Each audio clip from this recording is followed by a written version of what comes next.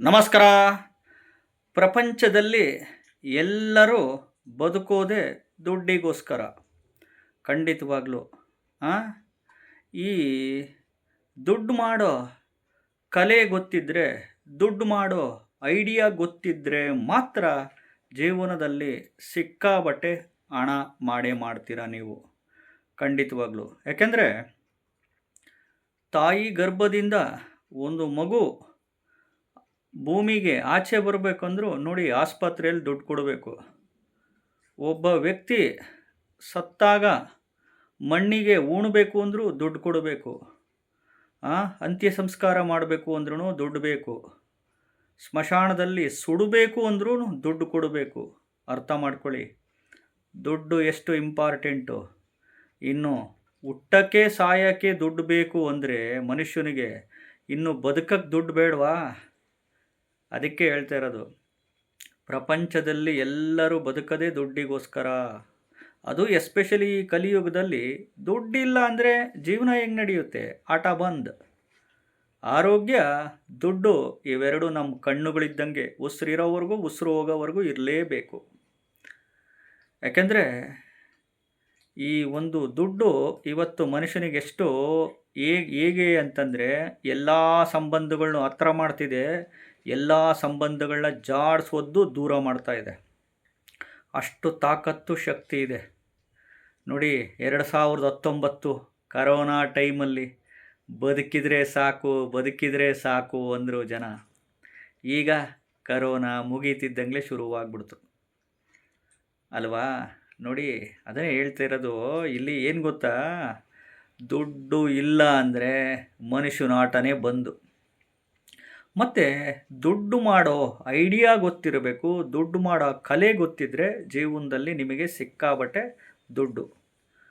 ಈಗ ಎಲ್ಲರೂ ಕಷ್ಟಪಟ್ಟು ದುಡಿತಾರೆ.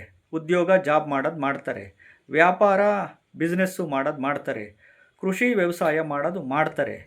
ರಾಜಕೀಯದಲ್ಲಿರ್ತಾರೆ. ಪ್ರೊಫೆಷನಲ್ ಲೈಫುಗಳು ಕಟ್ಕೊಂಡಿರ್ತಾರೆ. ಹಲವಾರು ಉದ್ಯೋಗ, ಹಲವಾರು ವ್ಯಾಪಾರಗಳು ತೊಡಕೊಂಡಿರ್ತಾರೆ. ಆದರೆ ಯಾಕೆ ಭಗವಂತ ಎಲ್ಲರನ್ನೂ ಒಂದೇ ರೀತಿ ತೂಗಿಸಲ್ಲ? ಯಾಕೆ ಒಂದೇ ರೀತಿ ಕೊಡಲ್ಲ?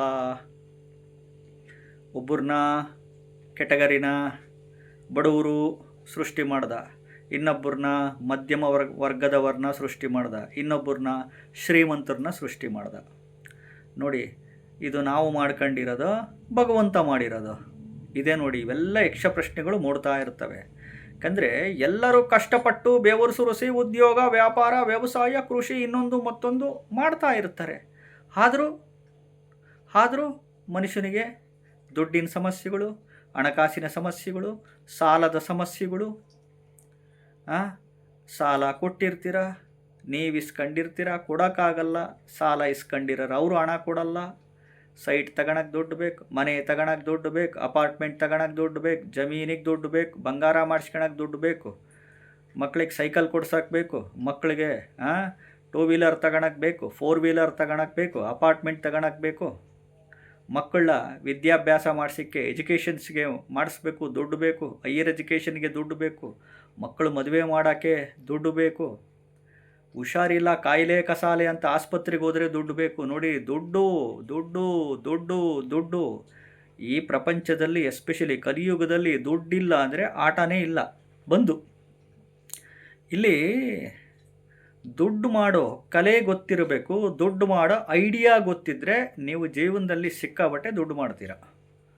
ದುಡ್ಡು ಮಾಡಿದಾದ್ಮೇಲೆ ದಾನ ಧರ್ಮಗಳು ಮಾಡೋದು ಮಾಡಲೇಬೇಕು ಮನುಷ್ಯ, ಪ್ರತಿಯೊಬ್ಬ ಮನುಷ್ಯನು. ಅದು ಇಂಪಾರ್ಟೆಂಟು.